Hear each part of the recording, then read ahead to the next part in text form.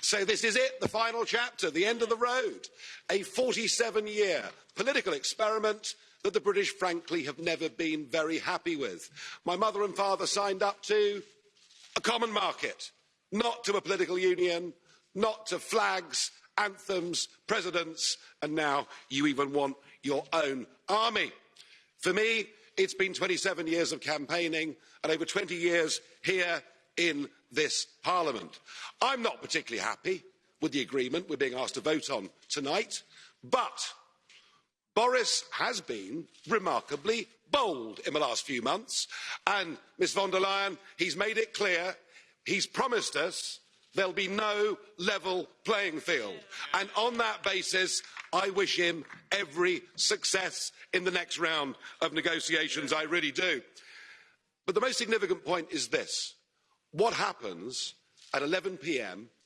this Friday, the 31st of January 2020, marks the point of no return. Once we've left, we are never coming back, and the rest, frankly, is detail. We're going, we will be gone. And that should be the summit of my own political ambitions. I walked in here, as I've said before, you all thought it was terribly funny. You stopped laughing in 2016. But my view has changed of Europe since I joined. In 2005, I saw the constitution that had been drafted by Giscard and others. I saw it rejected by the French in a referendum. I saw it rejected by the Dutch in a referendum.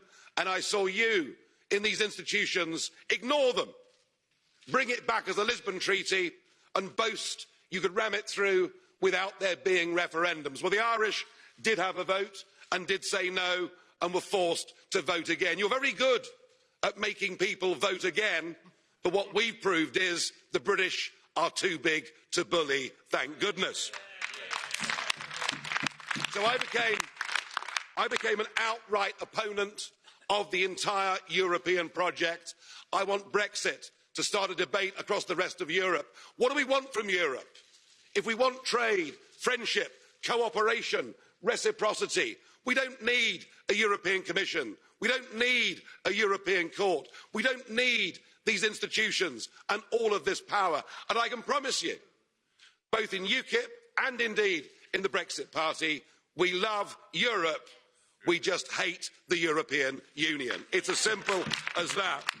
So I'm hoping this begins the end of this project. It's a bad project. It isn't just undemocratic, it's anti-democratic, and it puts in that front row. It gives people power without accountability. People who cannot be held to account by the electorate, and that is an unacceptable structure. Indeed, there's an historic battle going on now across the West, in Europe, America and elsewhere. It is globalism against populism. And you may loathe populism, but I tell you a funny thing, it's becoming very popular. And it has great benefits. No more financial contributions, no more European Court of Justice, no more common fisheries policy, no more being talked down to, no more being bullied, no more Guy Verhofstadt. I mean, what's not to like? I know you're going to miss us. I know you want to ban our national flags, but we're going to wave you goodbye, and we'll look forward in the future to working with you as sovereign. If you disobey the rules, you get cut off. Could we please remove the flags? Mr Farage, could we remove the flags, please? That's it, it's all over. Finished. We've gone. Could I please ask for quiet?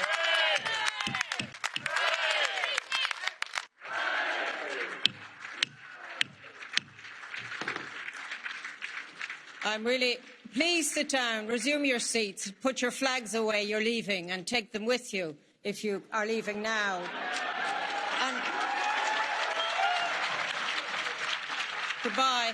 Can I just say, if I may say, just in a slight reference, the word hate was used in the last contribution. And I really think, given what we listened to prior to this, that we should not hate anyone or any nation or any people.